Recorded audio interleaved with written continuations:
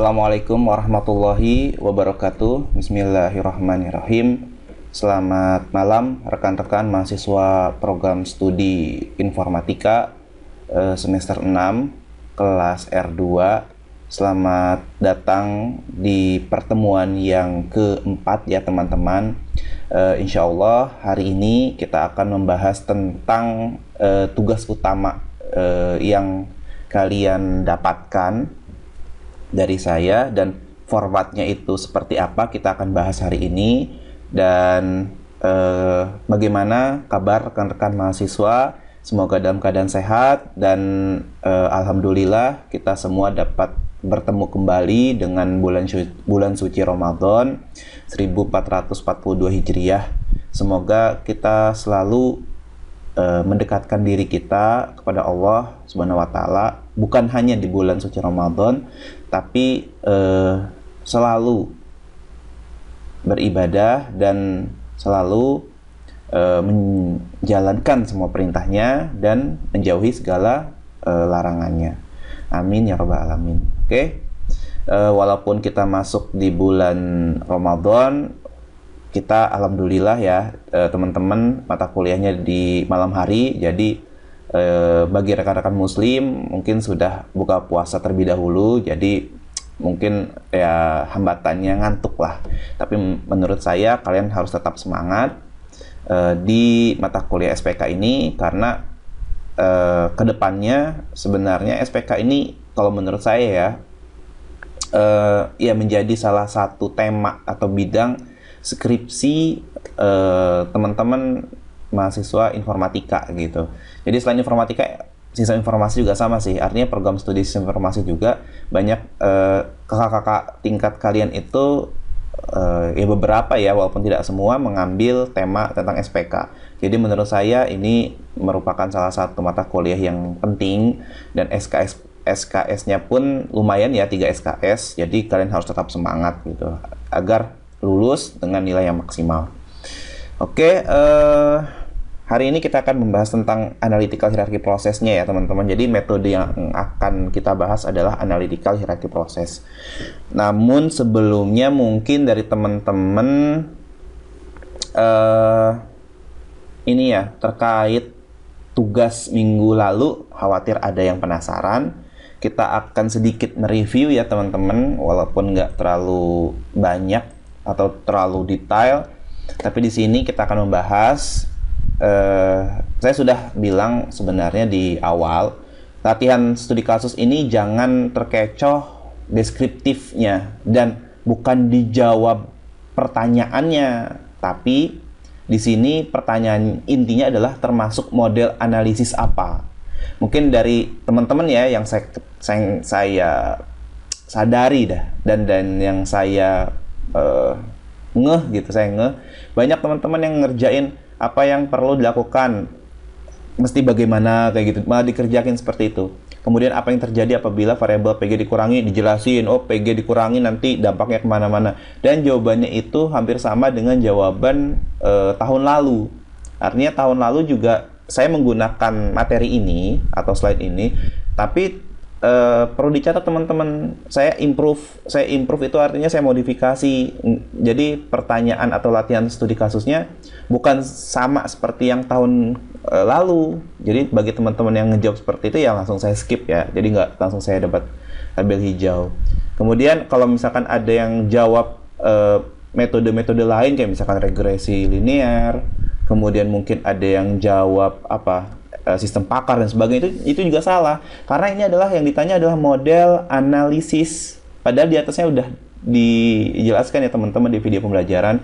Di atasnya ada goal seeking, optimization, di atasnya lagi ada what if, sensitivity, kan di situ disuruh milih. Nah, kalau misalkan kalian perhatikan slide-nya, di situ jelas keterangannya model analisis DSS atau SPK. Model analisis apa yang digunakan? What if, sensitivity, goal seeking atau optimization, kan gitu ditanyanya. Nah, maka daripada itu, jawabnya seperti itu. Yang pertama, kata kuncinya ada di memperoleh keuntungan 5 juta per bulan. Artinya ada target tuh, ada tujuan. Maka jawabannya adalah goal seeking. Yang kedua, apa yang terjadi apabila. Nah, kalau misalkan udah ada apa dan apabila, apa itu what, apabila itu if atau jika, maka jawabannya adalah what if. Kalau nomor 3, parameter apa saja. Nah, artinya ada suatu hal yang akan mempengaruhi tidak hanya satu parameter, tapi lebih dari satu parameter, maka jawabannya adalah sensitivity yang nomor 3. Nomor 3 sensitivity, nomor 4 variabel apa yang perlu diubah. Sebenarnya ini sengaja saya ganti katanya diubah, harusnya bisa ditingkatkan ya, karena nanti itu kalau misalnya ditingkatkan atau dikurangi, kalian pasti langsung oh ini langsung optimization. Sebenarnya nggak masalah, karena kata kuncinya kalau ada suatu variabel yang perlu diubah untuk mencapai suatu target gitu kan, itu disebut sebagai model analisis sensitivity. Optimization artinya harus ada variabel apa yang perlu dioptimalkan seperti itu agar mencapai suatu target, walaupun sama-sama target. Tapi kalau misalkan sama goal seeking ya, khawatir ada yang bingung cara membedakannya. Kalau goal seeking itu apa yang perlu dilakukan sih gitu, jadi tidak melibatkan variabel-variabel tertentu, cuma apa sih yang perlu dilakukan untuk memperoleh target ini, apa sih yang perlu dilakukan untuk mencapai titik ini. Nah, itu goal seeking, karena fokus di boldnya adalah goal seeking. Tapi kalau misalnya yang ditanya adalah variabel apa yang perlu diubah, atau variabel apa yang perlu ditingkatkan, variabel apa yang perlu dikurangi, variabel apa yang perlu diminimalisir, nah itu ada sebuah optimasi sebuah variabel. Artinya itu masuknya ke optimization gitu, analis ya teman-teman. Nah, itu 4. Yang pertama, selanjutnya di slide berikutnya ada benar atau salah. Di situ tinggal dilihat aja ya teman-teman di slide sebelumnya. Di sini design phase, apakah dia masuk ke struktur kuantitatif model, apakah design phase, di situ ada jawabannya. Benar ya teman-teman, struktur kuantitatif model. Benar, masuknya ke design phase. Kemudian jawabannya benar aja. Kemudian yang ini nih, nomor 6 nih, baik yang salah. Jadi beberapa rekan-rekan ada yang sudah sebenarnya dari 1 sampai 7, 1, 2, 3, 4, 5, 7 itu udah benar, karena 6-nya salah saya skip. Ada yang 1 sampai 6 benar, 7-nya salah saya skip gitu ada. Jadi beberapa saya bilang sesuai janji saya, yang dapat tabel hijau itu yang cepat dan tepat semua. Artinya dikerjakannya ya harus teliti gitu teman-teman. Jadi jangan yang penting ngumpulin, yang penting cepet. Kalau cepet tapi salah ya percuma, saya skip juga. Dan yang setahu saya dan seingat saya yang dapat itu 3 orang ya teman-teman, cuma 3 orang. Yang 1 sampai 7 itu benar. Dan nomor 6 itu kebanyakan ngebahasnya manfaat SPK-nya itu tentang efisiensi waktu, sehingga waktu cepat, sehingga memecahkan sebuah masalah yang kompleks. Kan bukan itu. Contoh manfaat SPK itu juga udah benar. Tapi kalau ada kata dapat mencapai pengurangan biaya, yang ditekankan adalah pengurangan biayanya teman-teman. Jadi bukan masalah dapat memecahkan A, dapat memecahkan B. Terus misalnya contoh apalagi kemarin tuh ya, misalnya dapat mencatat keuangan lah, nggak ada SPK mah bukan masalah mencatat keuangannya, bukan masalah mencatat keuangannya, atau bukan masalah keuangannya dihitungnya cepat, bukan itu. Kalau kita ngebahas tentang pengurangan biaya, tapi pengurangan biaya itu misalnya ketika ada sistem manual. Kita pertemuan itu di pertemuan kedua ya kalau nggak salah ya, itu materinya udah dibahas. Jadi kalau misalkan tentang manfaat SPK, jadi kalau nggak salah tentang manfaat SPK, di situ ada salah satu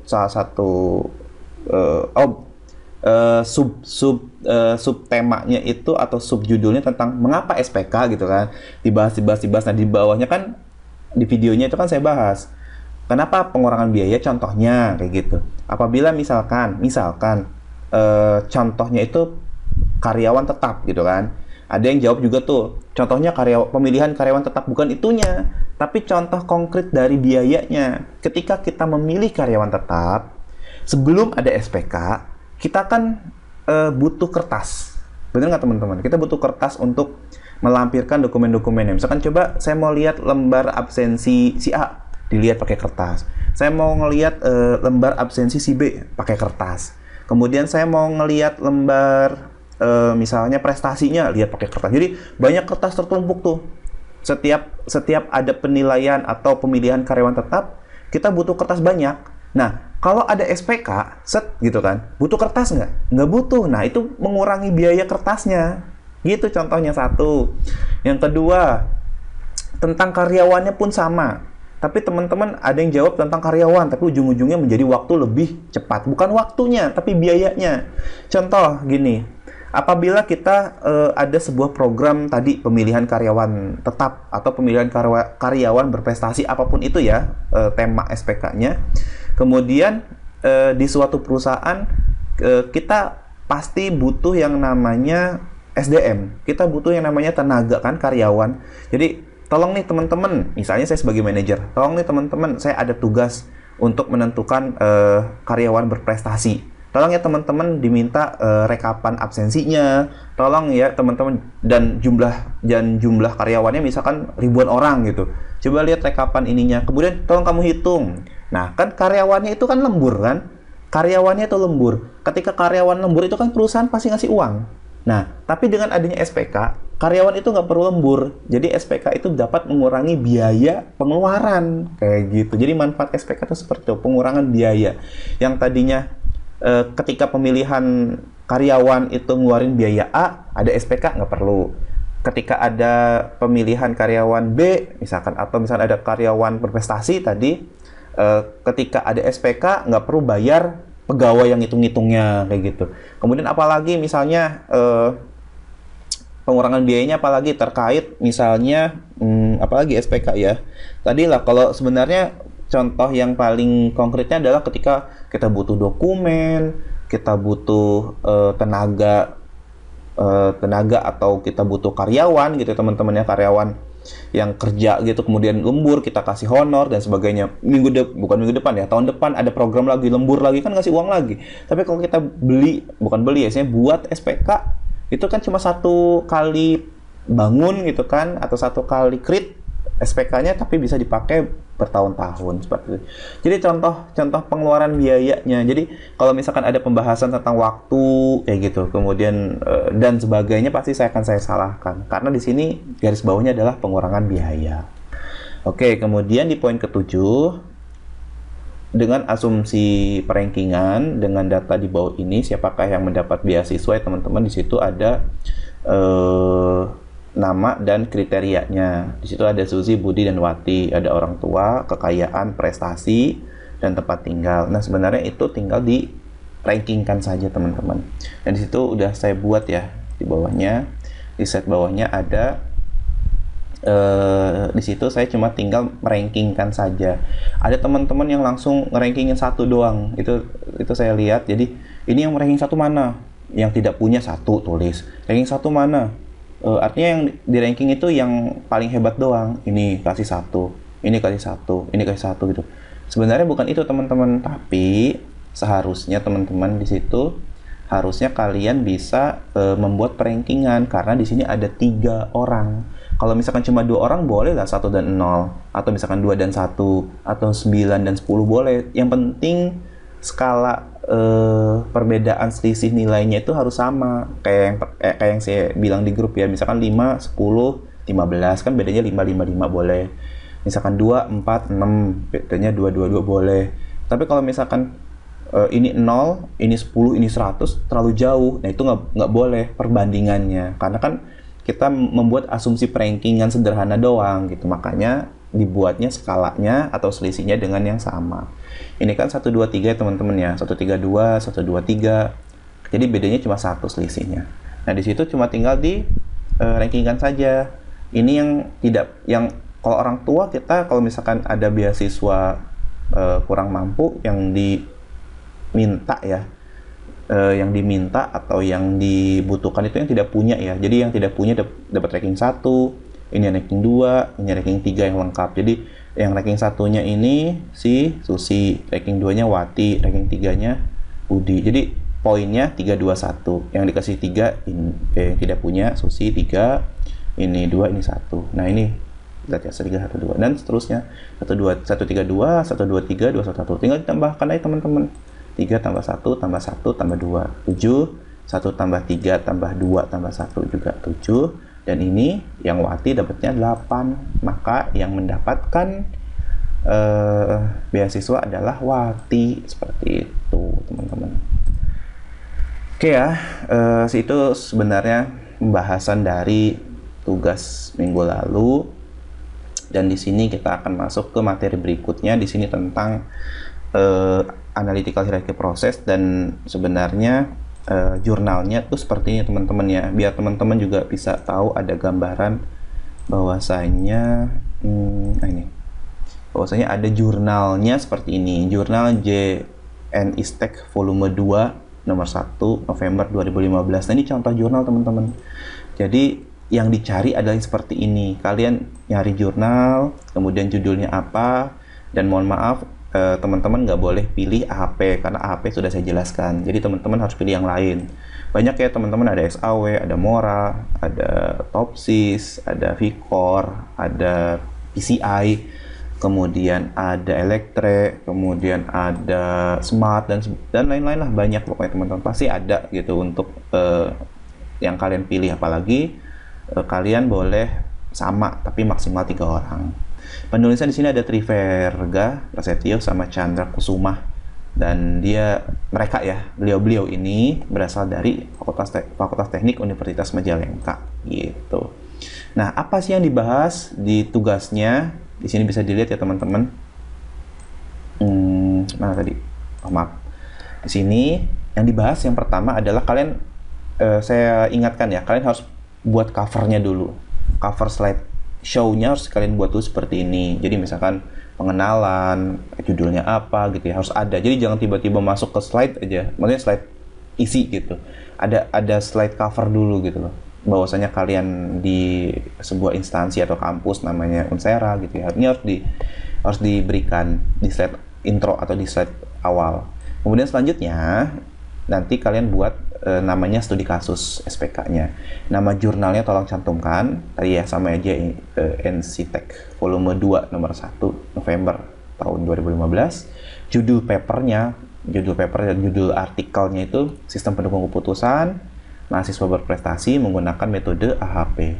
Objek penelitiannya tentang mahasiswa berprestasi, ini objek penelitiannya, sedangkan tempat penelitiannya ada di Universitas Majalengka.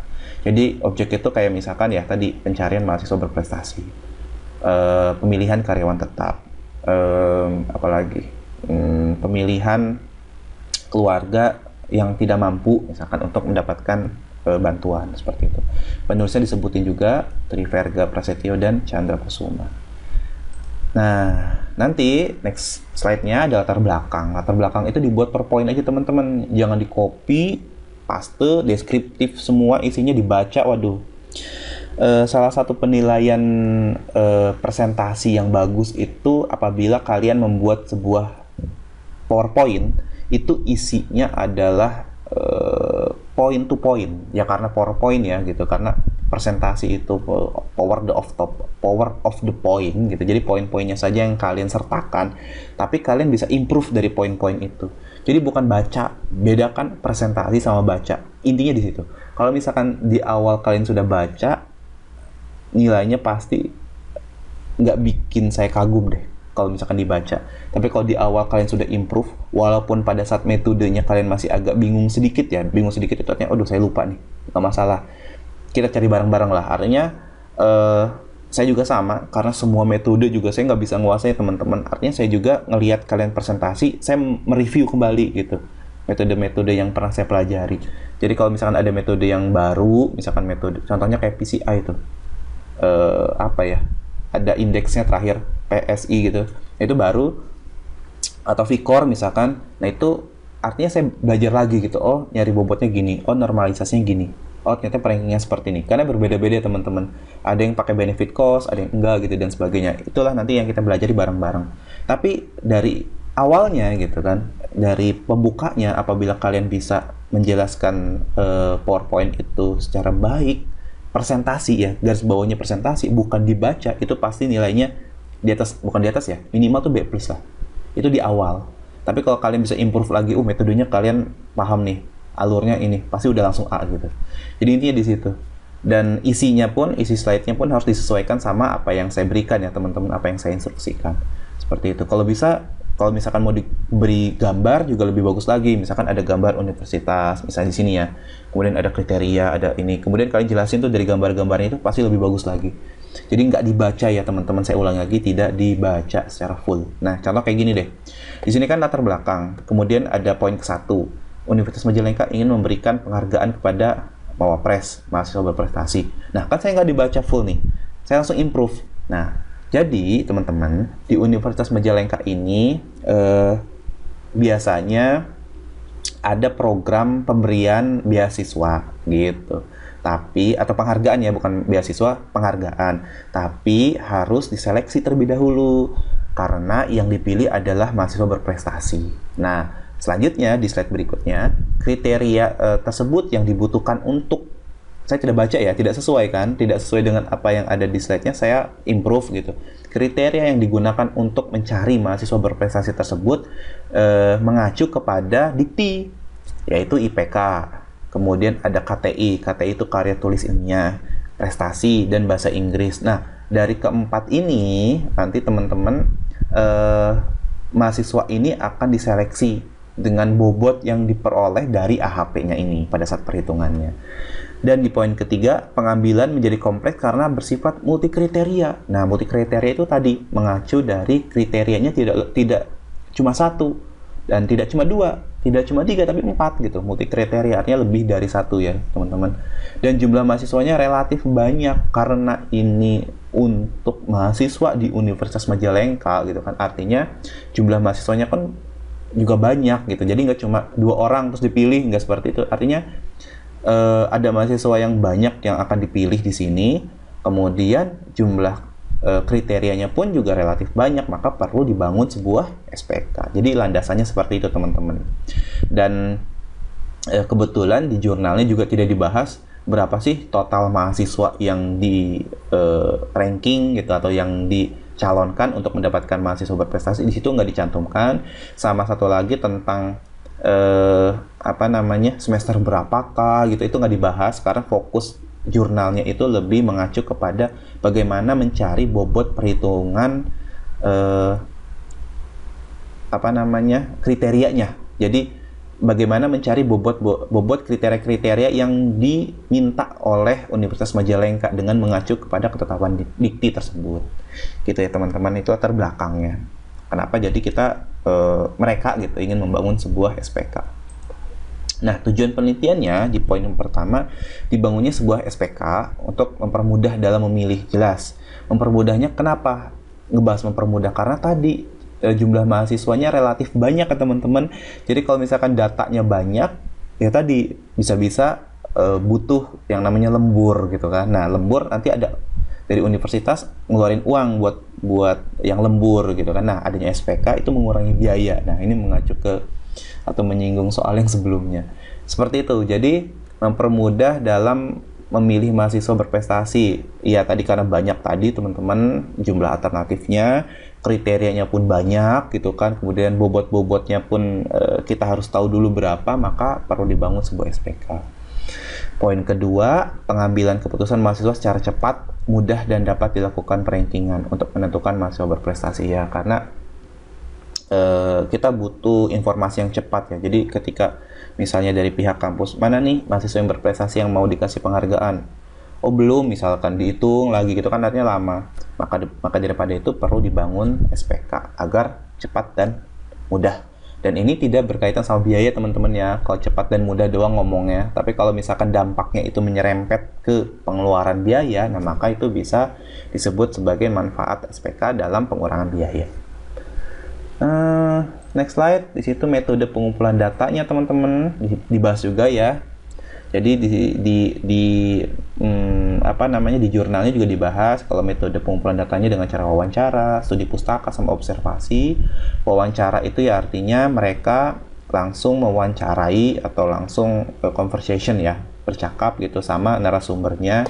Kalau nggak salah dari BAK deh, Badan Akademik kalau nggak salah, dan kemahasiswaan gitu. Pokoknya nanya ke pihak Universitas Majalengkanya kalau misalkan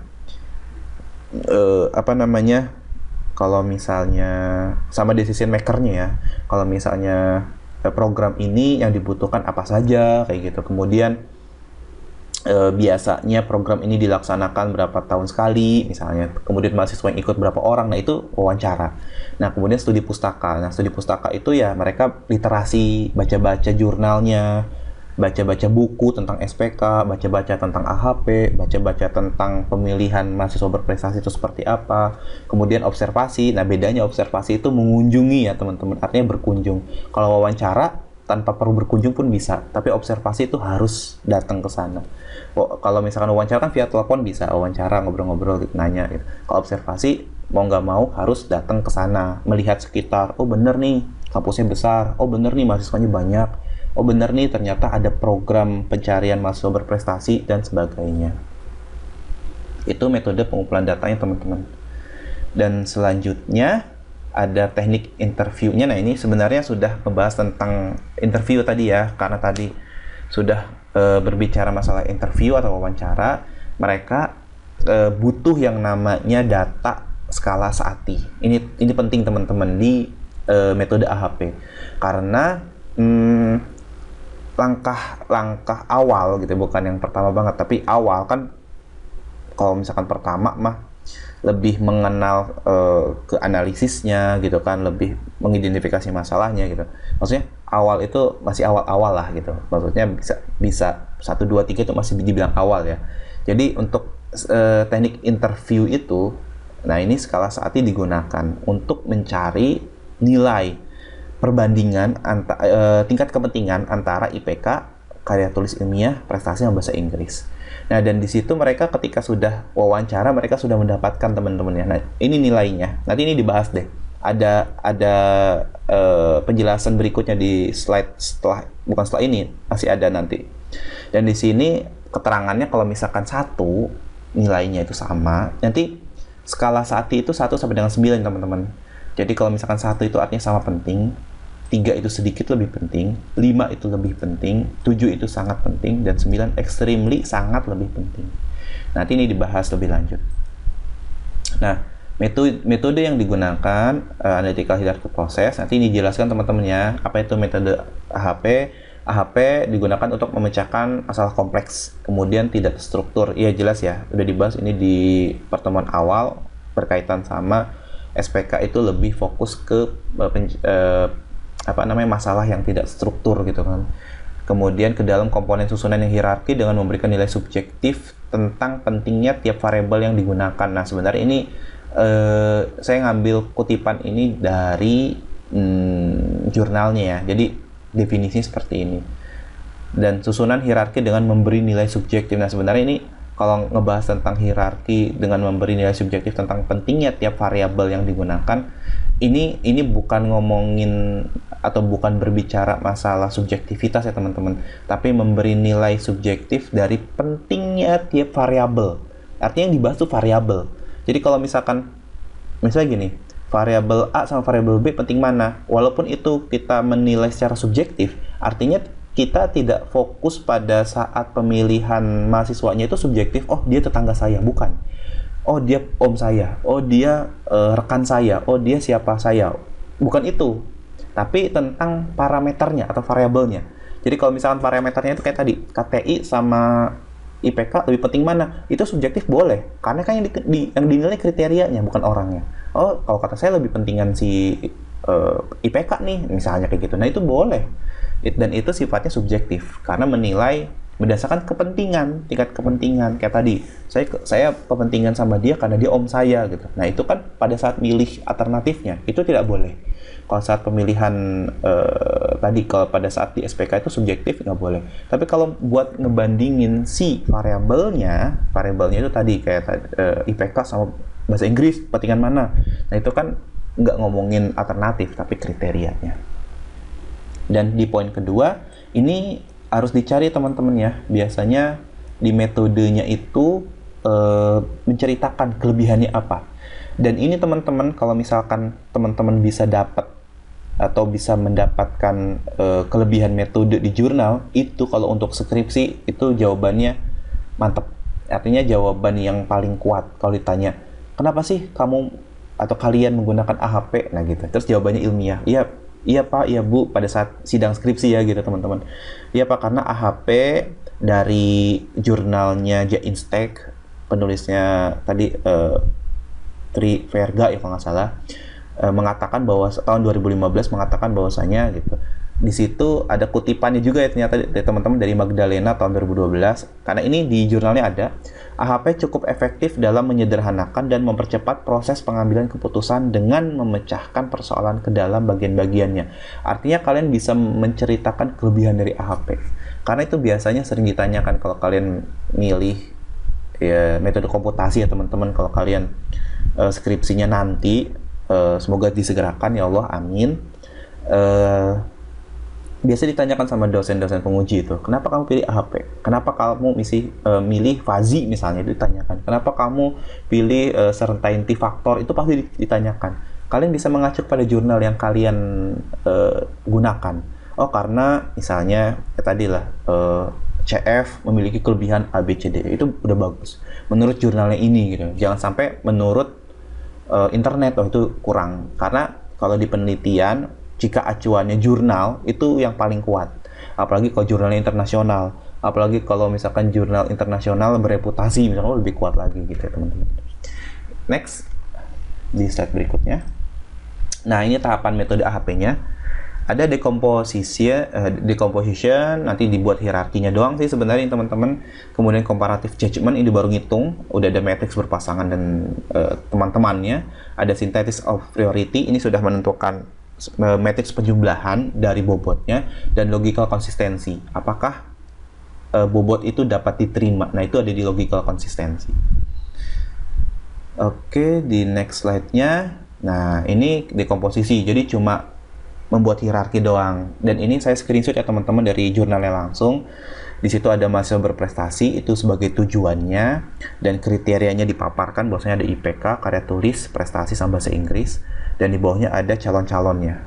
Jadi alternatifnya. Di situ ada alternatif, kriteria, dan tujuan. Ini kita di komposisi itu kita menstrukturkan permasalahan dulu gitu ke dalam sebuah bagan hierarki. Jadi kita paham, oh yang dituju adalah mahasiswa berprestasi dengan kriteria 4 ini dengan calon-calon yang diberikan seperti itu. Ini cuma ya tadilah hanya menyederhanakan permasalahan sehingga dibuat bagan agar kita memahami sebenarnya permasalahan atau tujuan kita di penelitian ini atau pemecahan SPK itu untuk seperti ini loh teman-teman gitu. Nah selanjutnya, nah ini yang saya bahas tadi skala Sati teman-teman. Ketika kita sebelum masuk ke tahap matriks berpasangan, kita harus tahu dulu ini skala Satinya. Jadi kalau 1 itu sama pentingnya dibanding dengan variabel atau kriteria yang lain, 3 itu sedikit lebih penting, 5 itu cukup penting, 7 sangat penting, 9 ekstrim. Sebenarnya bukan cukup ya, lebih penting aja. Jadi beda ya, sedikit lebih penting atau sedikit lebih penting sama lebih penting gitu. Nah, kalau misalkan 2, 4, 6, 8 itu kalau ragu-ragu. Misalnya kalian mau ngebandingin antara, contoh kalian nyari kos-kosan nih, kemudian ada kriteria yang dibutuhkan harga sama jarak.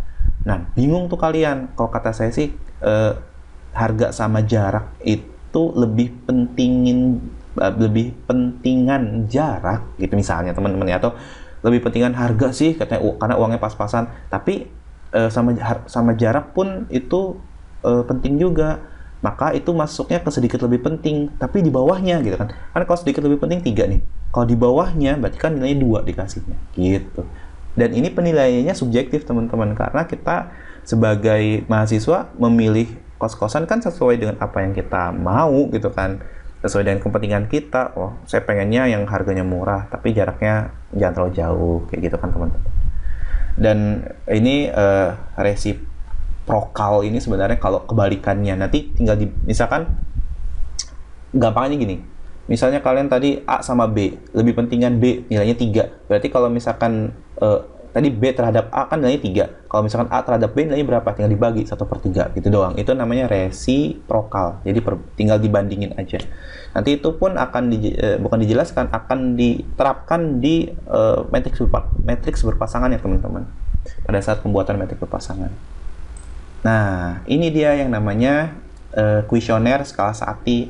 Jadi kalau kalian ambil tema atau penelitian atau skripsinya AHP, nanti kalian pasti buat seperti ini dan kalian langsung berkunjung ke decision maker-nya. Misalkan tadi kalian mau nyari mahasiswa berprestasi, kemudian kalian butuh kriteria gitu kan, udah dapetin kriteria nih, misalkan IPK, karya tulis ilmiah, bahasa Inggris, sama prestasi. Nah, kalian datang ke decision maker-nya, ke si pembuat keputusannya siapa, misalnya di sana ada dekan atau ada bagian kemahasiswaannya, misalkan ada kabiro kemahasiswaan, ditanya sama kalian, permisi Pak, di sini saya mau buat SPK gitu kan, di sini saya mau mencari data nih Pak tentang kepentingannya nih, tingkat kepentingannya nih, IPK sama KTI ini lebih penting mana nih Pak, gitu menurut Bapak sebagai decision maker. Oh, sedikit lebih penting KTI, maka diisi dengan 3. Nah, di sana seperti itu, ngisinya 3 dia.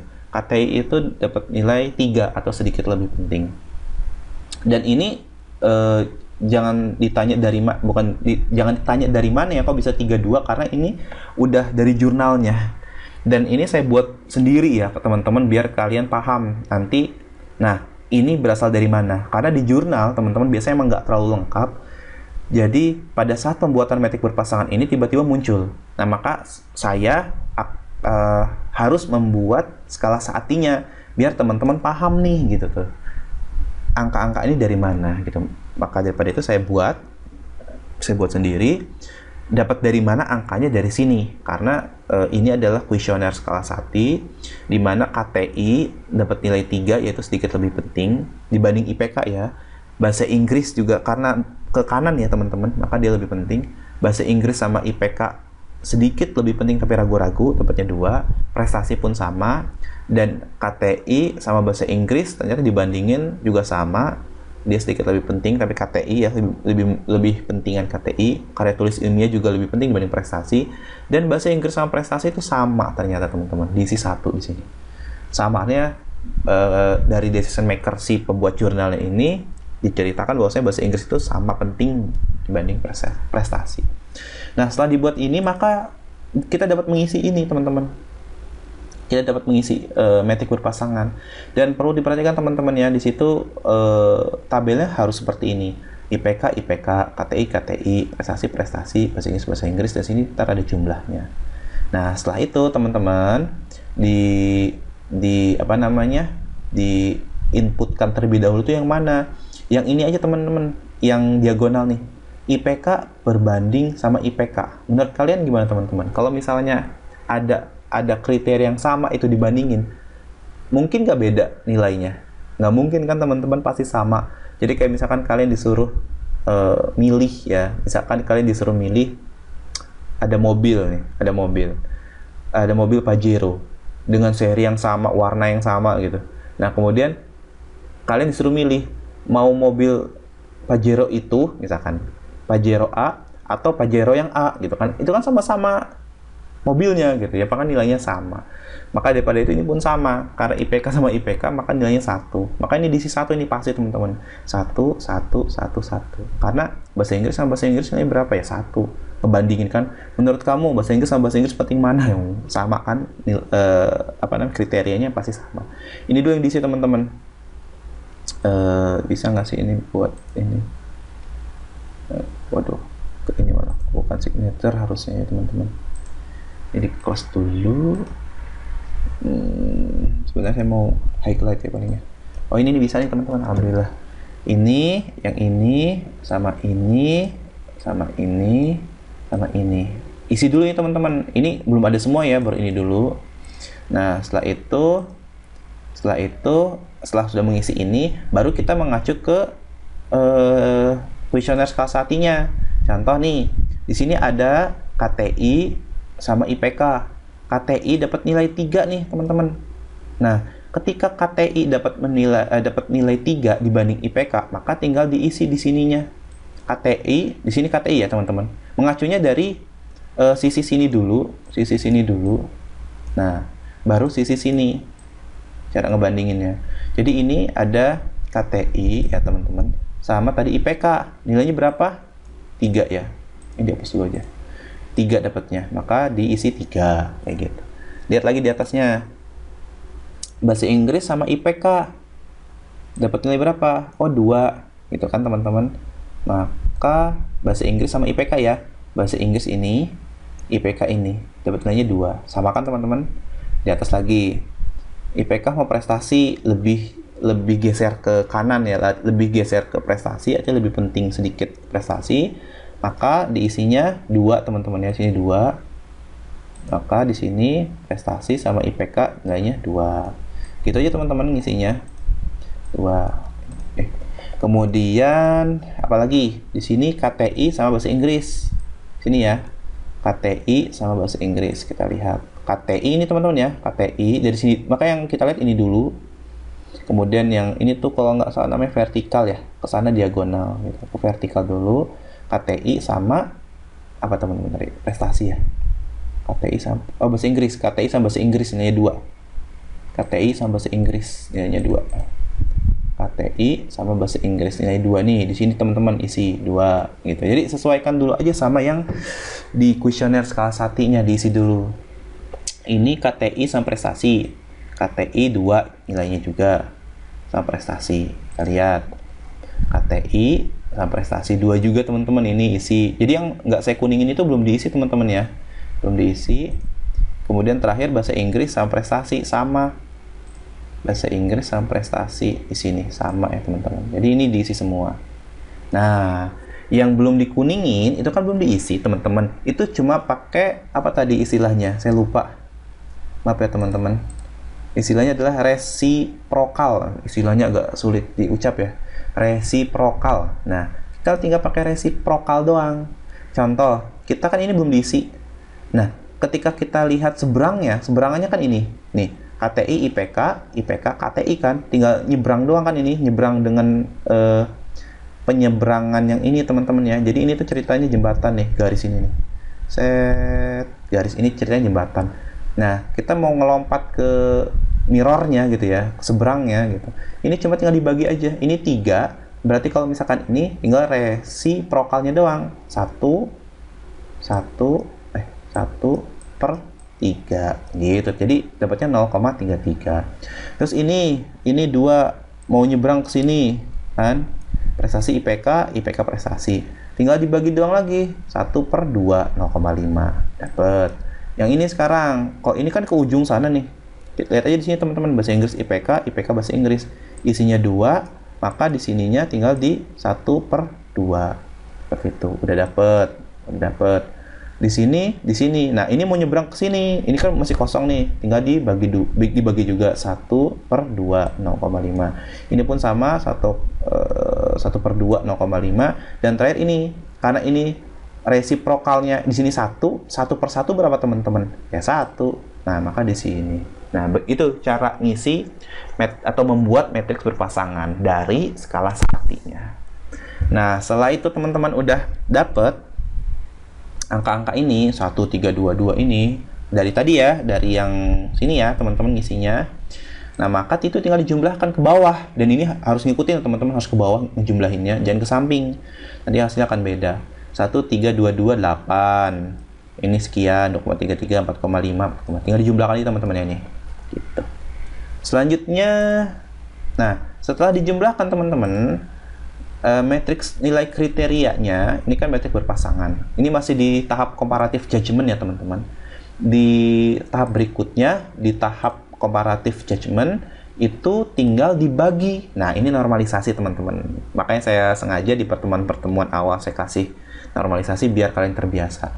Ini, itu didapat dari normalisasi, yaitu 1 ini, atau saya lihat dulu deh. 1 ini ya teman-teman, dibagi sama ini total gitu. Nanti 3 dibagi total, 2 dibagi total, 2 dibagi 8. Jadi 1 bagi 8, 3 bagi 8, 2 bagi 8, 2 bagi 8. 0,33 dibagi 2,33, 1 dibagi 2,33, 0,5 dibagi 2,33, dan seterusnya. Itu dapat seperti ini. Dapat ini. Pokoknya semua deh sampai sini. Nah, setelah ini dapat, teman-teman tinggal dijumlahkannya ke sini. Ini jumlahin ke sini. Ini jumlahin ke sini. Ini jumlahin ke sini. Maka dapat jumlahkan 0,49, 1,69, 0,91, 0,91. Setelah kalian mendapatkan ini teman-teman, angka-angka ini, maka tinggal ini bisa nggak sih? tinggal dibagi ini dibagi, bisa nggak sih?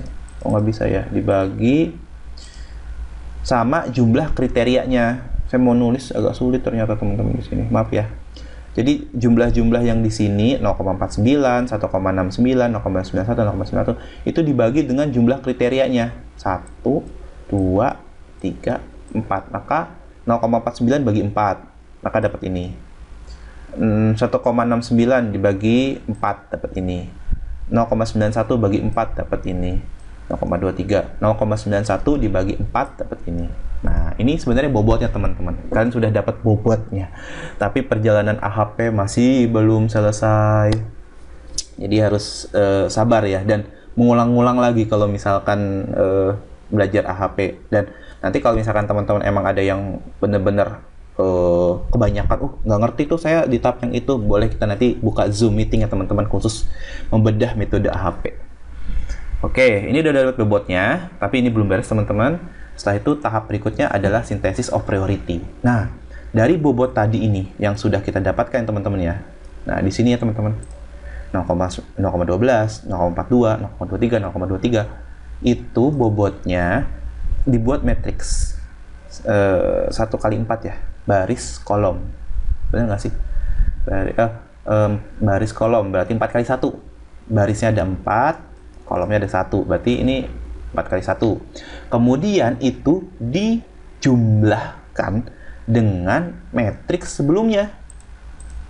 Nah, matriks ini teman-teman, matriks yang pertama nih, yang kita dapetin ini, 1, 3, 2, 2, 8-nya enggak ya, 1, 3, 2, 2, dan sebagainya, 1, 3, 2, 2, 1, 3, 2, 2, nah, 1, 3, 2, 2, nah, sama kan teman-teman? Nih, itu di matriks penjumlahan. Kalau kalian belajar matriks, nanti ini ada matriks penjumlahan. Cara menjumlahkannya adalah seingat saya ini baris dikali ini, baris ini dikali ini juga, baris ini dikali ini juga, baris ini dikali juga, baru dijumlahkan seperti itu. Jadi misalkan gini, ini hapus dulu teman-temannya, delete dulu deh, delete. Nah, contoh 1 dikali 0,12, terus 0,33 dikali 0,42, 0,5 dikali 0,23, 0,5 dikali 0,3. Jadi ini dulu dikali ini, kemudian ini kali lagi, 3 dikali 0,12, 1 dikali 0,42, 2 dikali 0,23, 2 dikali 0,23, seperti itu. Nanti akan mendapatkan seperti ini, 0,12, 0,14. Contoh deh ini yang satu aja. Nih, 1 dikali 0,12. 0,12 kan? Nih, dapat 0,12. Kayak gitu. Seterusnya dikalikan tadi ini sama ini. Kemudian kayak tadi 2, lanjutin misalnya baris ketiga 2 kali 0,12. 0,5 dikali 0,12, 1 dikali 0,12 nih. Pasti di sini 0,12 nih. Nah, ini bukan 0,12. Ini kali ini kali ini kali ini. Ini pasti 0,23 nih. Di matriks yang ini pasti 0,23 nih. Tuh kan? Nih 0,23. Tuh 0,23. Ini pun sama. 0,23 karena dikali 1, teman-teman. 0,23-nya. Nih. Dikali 1, dikali 1, dikali 1, dikali 1 gitu. Nah, ketika sudah dapat, baru dijumlahkan teman-teman sebaris ini. Jumlahkan, dapat ini. Jumlahkan, dapat ini. Jumlahkan lagi, dapat ini. Jumlahkan, dapat ini. Nah, ini namanya jumlah per baris. Baru di comparative judgment ya. Nah, setelah itu logical konsistensi. Nah, ini udah mau terakhir kok. Setelah mendapatkan jumlah per baris, ini ya teman-teman, namanya jumlah per baris. Jumlah per baris itu dimasukin ke sini, ditambah sama prioritas. Prioritas itu bobot yang tadi 0,12 yang ini. Nih teman-teman ya, 0,12, 0,42, 0,23, 0,23. Ini kalau lagi konsistensi ini cuma ditambahin doang kok. Nah, ke sini ke kanan lagi. Kanan teman-teman ya, ini. Tuh, dapat 0,62, dapat 212, koma ya, dapat 1,14, dapat. Nah, ini dijumlahkan teman-teman, di total ke bawah. Oh, maaf, lupa. Ini di total dulu, ditambahin teman-teman nih.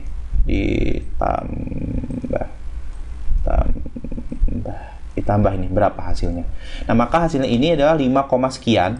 Ini nih teman-teman hasilnya. Nih. Nah, kenapa kita menjumlahkan tadi? Karena ini akan dipakai untuk menghitung logical konsistensi, atau kita akan menghitung yang namanya konsistensi rasio. Nah, caranya gimana? Yang pertama kita menjumlahkan dulu tadi teman-teman ya, dapat 5,02 dari ini ya. Ini tambahkan jadi 5,02. 5,02 ini diketahui dulu lah, diketahui 5,02. Terus kriterianya itu berapa? 4 ya. 4 itu IPK, karya tulis ilmiah, bahasa Inggris, sama prestasi. 4 ya teman-teman.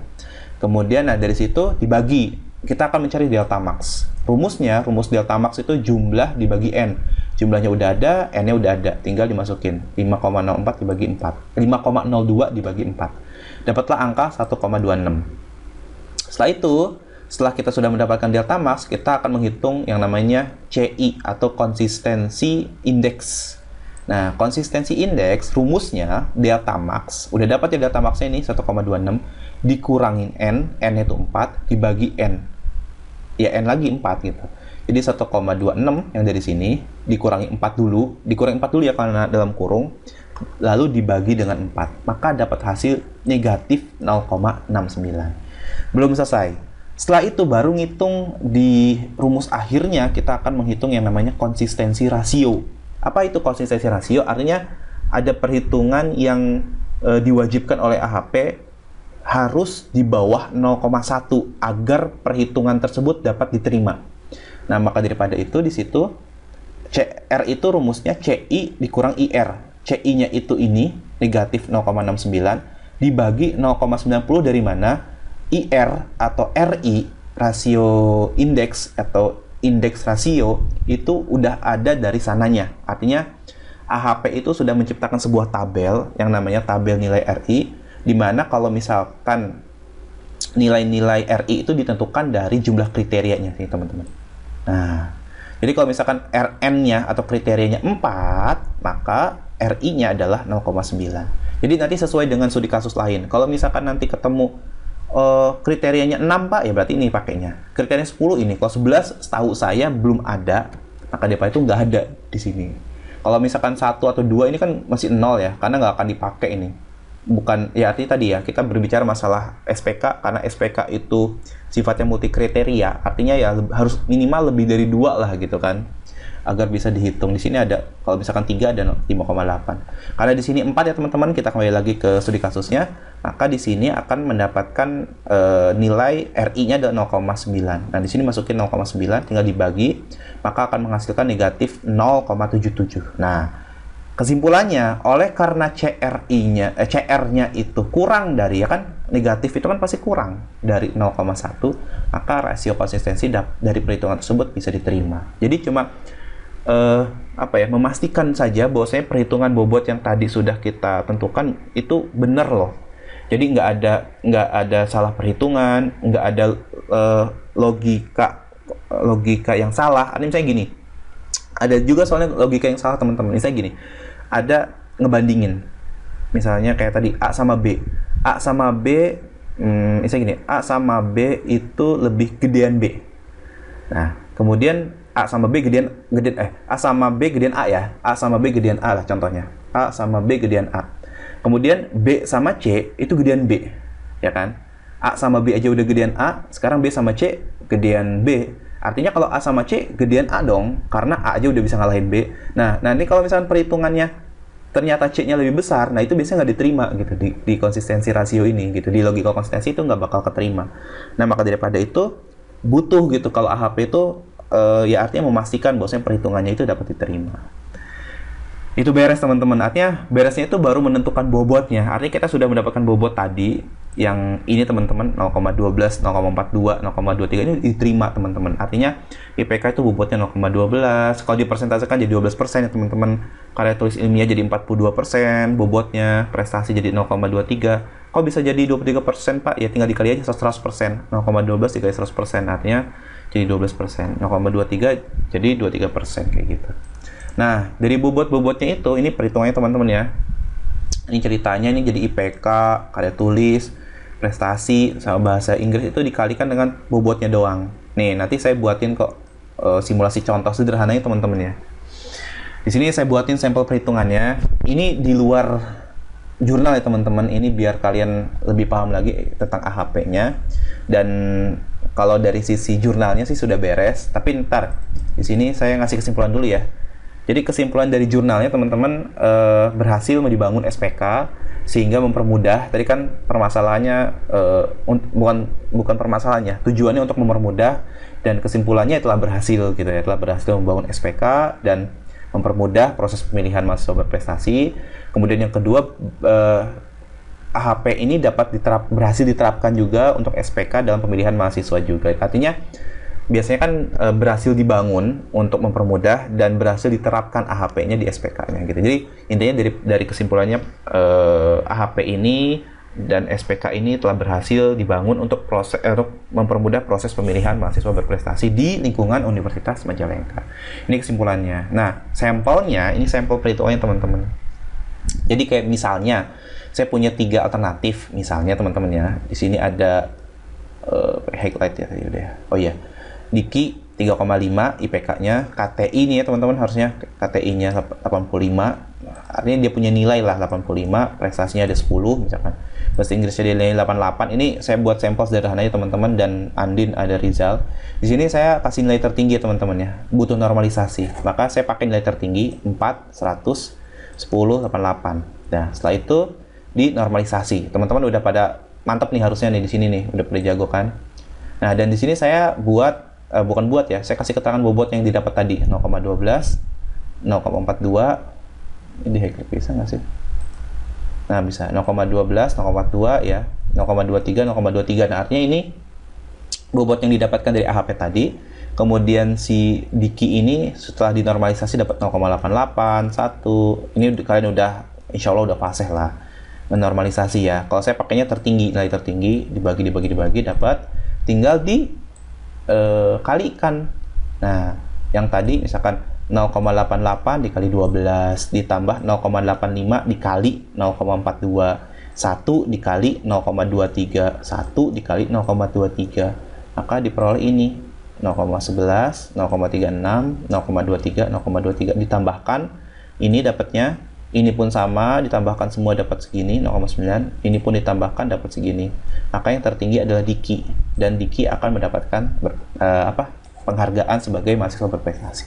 Kayak gitu teman-teman hitungnya. Jadi kalau misalkan udah dapat bobotnya, tinggal nilai-nilai tadi dinormalisasi terlebih dahulu, hasil normalisasinya dikalikan sama bobot masing-masing.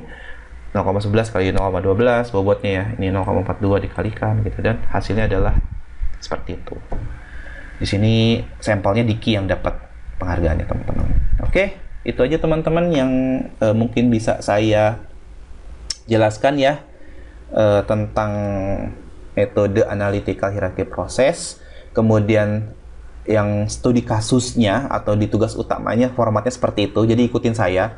Kalau teman-teman nggak perlu buat sampel ya, kayak saya tadi yang maaf ya teman-teman, yang ini nggak perlu dibuat. Kalau sampel ini mah saya sendiri yang buat biar kalian lebih paham lagi. Kalau misalkan udah ada bobot terus ngapain Pak gitu kan, ya tinggal dikalikan saja nilainya, dinormalisasi dulu, baru dikalikan, dijumlahin deh gitu, nanti baru di ranking gitu.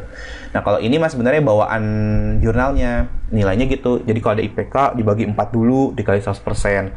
Nah, hasil dari itu baru dikalikan bobot.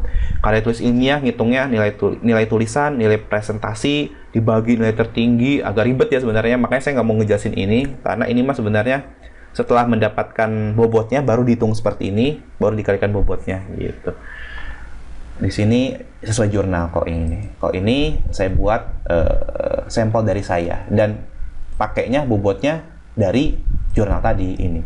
0,12, 0,42, 0,23, 0,23 gitu. Jadi teman-teman paling ngejelasinnya ya sampai sini boleh, misalkan ada. Kemudian kalau ngomongin hasilnya pun boleh. Dan yang terakhir jangan lupa kesimpulan teman-teman, jangan sampai tiba-tiba udah aja kesimpulan, dan jangan lupa kasih slide penutup, tulisannya terima kasih, menandakan bahwasanya kalian sudah selesai mempresentasikan tugas utamanya.